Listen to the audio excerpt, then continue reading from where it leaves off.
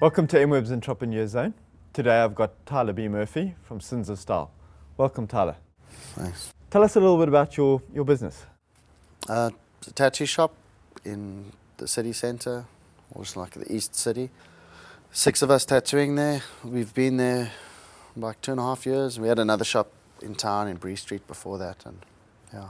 A tattoo shop is not something everyone would think to get into. How did you get into that business? I was doing a lot of graffiti as a youngster, and I painted a mural for my neighbours who worked at a tattoo shop, or was their tattoo shop. And then it worked out that I got a job on Saturdays cleaning and fetching lunch and doing things for them, and did that for 2 years, and then it developed into an apprenticeship. I apprenticed for 5 years, and then worked for them for another 4.5 years, and it's like I've been in the mix ever since. Yeah. So since I was 15, it's like the only job I've had has been either painting walls or working in a tattoo shop.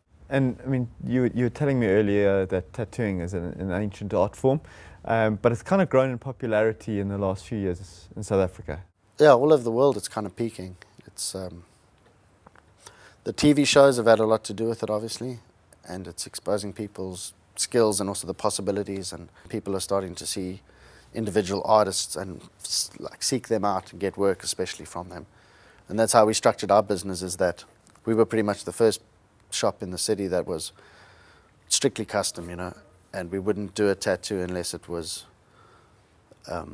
if someone came in with work that they wanted to get, we'd first look at it and go, okay, this is best suited to Lee or Warren or whoever it is, as opposed to you're just doing everything that comes in.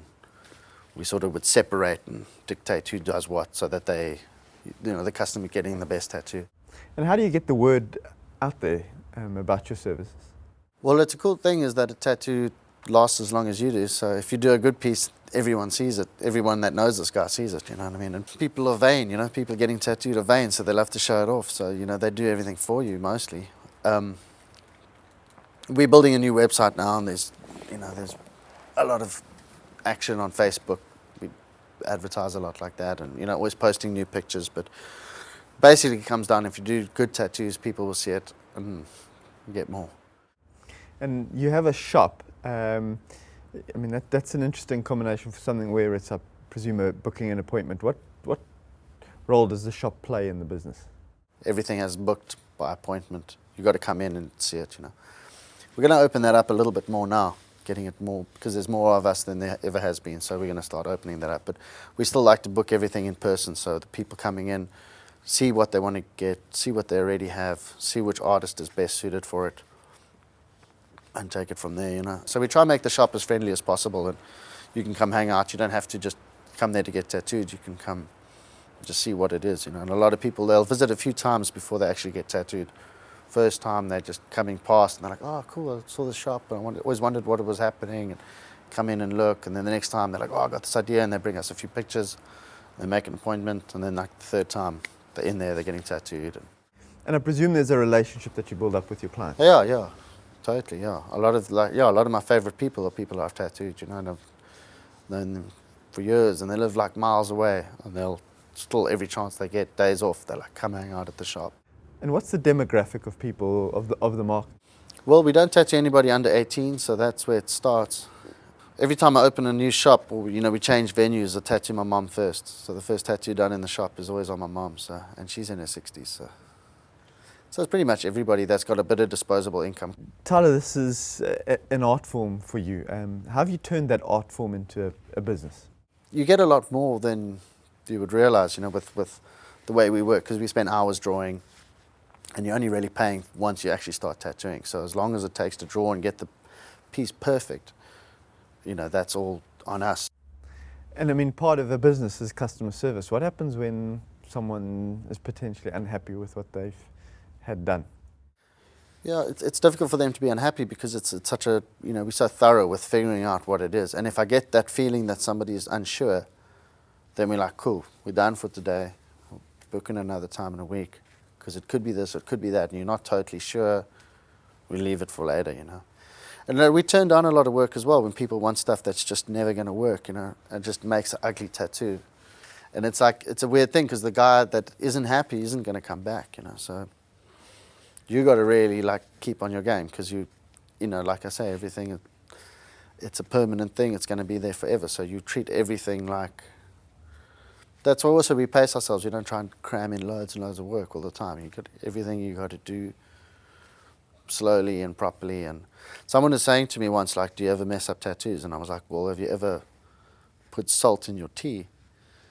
It's like, I do more tattoos than you make cups of tea. So no, I don't tattoos because I do it properly and I know where everything is and I know how it's supposed to go, and it's, you know, you're methodical about it. Yeah. Who's the most famous person? I presume you've done some celebrities. Yeah, I've tattooed Ninja and Yolandi Visser from Die Antwoord, yeah.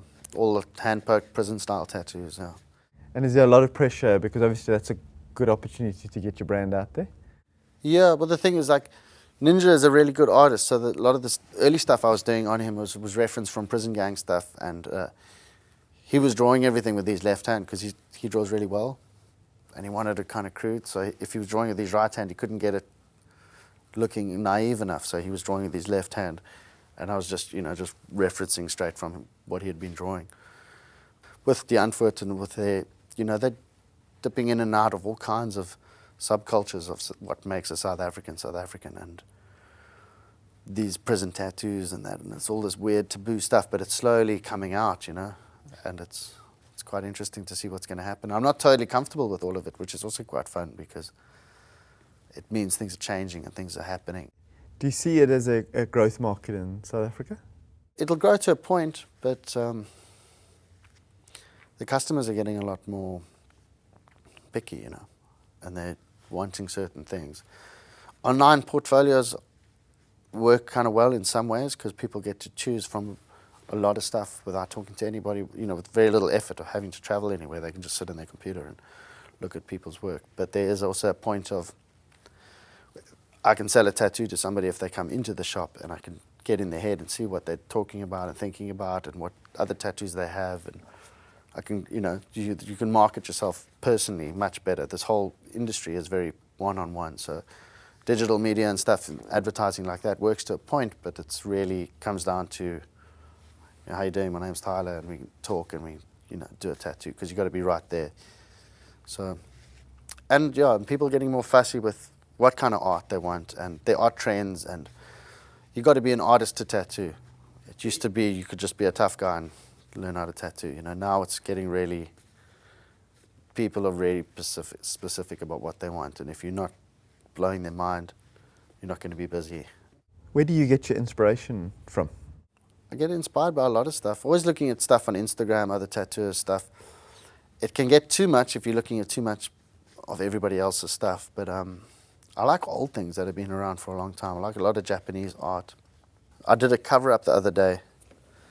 This guy had these 3 portraits on his back. 2 of them were amazing. He had them done in the States, and then the third one he had done in Bloemfontein. And he always gets portraits of his bosses, whoever he works for. It's kind of a weird thing. And then this woman's face that he worked for, his girlfriend hated her because she had fired her. You know, they'd worked at the same place, and it was just a whole bad story. And he needed it covered up. So we put Barack Obama's face over the other face. It's like an impossible thing, but we nailed it and it was perfect. But so I like the impossible. I'm inspired by the impossible. Tyler, in this kind of work, you spend a lot of time before you actually start tattooing the person. How do you work the pricing? How do you cost stuff? Big work, priced by the hour. It's the most fair way, so that way you're getting rewarded for extra work that you put in, you know, like, so it's not a, some people like to put an exact price on a big piece and then just stick to that, but I think it's more fair to the customer and to myself, you know. If I'm putting in a lot of work, you're getting rewarded for it, so it's always in your best interest to do the best piece, which then looks the best, which will create more work for you in the long run. And presumably you have to have insurance and there's some legal requirements. The legal side of it is kind of loose in South Africa, which is kind of nice. We hold ourselves to a much higher standard than the government does.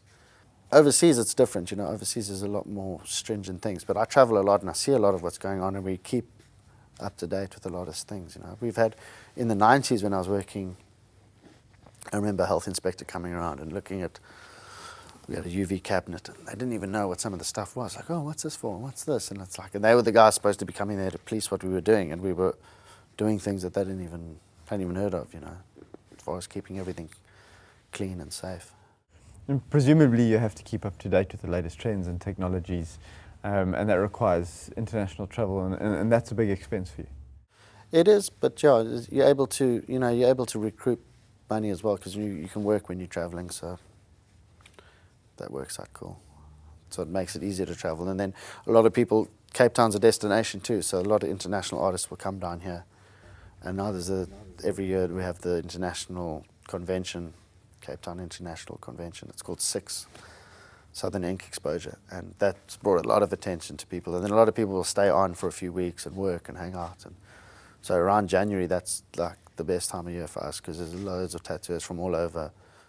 Tyler, you've been in this industry a long time. You've been running a business for quite a while. What's next for you? I've recently taken on a partner who's very business orientated and sussed, and we're going to streamline everything. We're shortcutting things from getting it direct from the manufacturers rather than through distributors, and cutting costs and streamlining things, getting bigger online presence, and just getting more capitalist on the whole thing, I suppose. Yeah, so for me, the future, traveling, tattooing everywhere, painting, getting into sign writing, but just like, I'm not sure yet how that's going to work. I was in Berlin, I bought a whole bunch of brushes, and yeah, you'll see soon. That brings us on to the rapid fire questions. What's the best advice you've ever received? Josh Ford in Denver told me you've got to surround yourself with good people. And your best moment as an entrepreneur? Tattooing my mom in my new shop. And your biggest mistake? Nothing really. That sticks out. Just roll with it as things happen, I suppose. What quality do you look for in people that you work with? Honest, polite, and trustworthy. You've got to be good artists, obviously, yeah. And what do you think an entrepreneur needs to succeed? You've got to be adaptable. That's the main thing, because things are changing so much all the time. And you've got to stay current. You've got to stay relevant to what's happening around you, and not think that you've got it all figured out because this is the way it used to be done. And what's the biggest inspiration for you as a business owner? Freedom to do whatever you want to do, ultimately, which often ends up being the same thing as going to work and just doing tattoos. But it's nice to have that choice of, like, it feels like you're not going to work. It feels like I have to do this, it's my passion. And what would you do differently? Nothing. It's all good. It's all worked out pretty sweet so far. And what makes South Africa a good place to be a small business owner? Unregulated and open to a lot of things, and a lot of possibilities, and people are willing to negotiate on a lot of stuff. What keeps you awake at night? Nothing. I live by the beach. It's beautiful. And what gets you going in the morning? Just doing the impossible things, trying to find the next impossible thing to do. Tyler, thank you very much. Cool. And thank you. We look forward to the coming weeks. We will bring you further South African entrepreneurs. I'm Paul Hobden. Thank you and goodbye.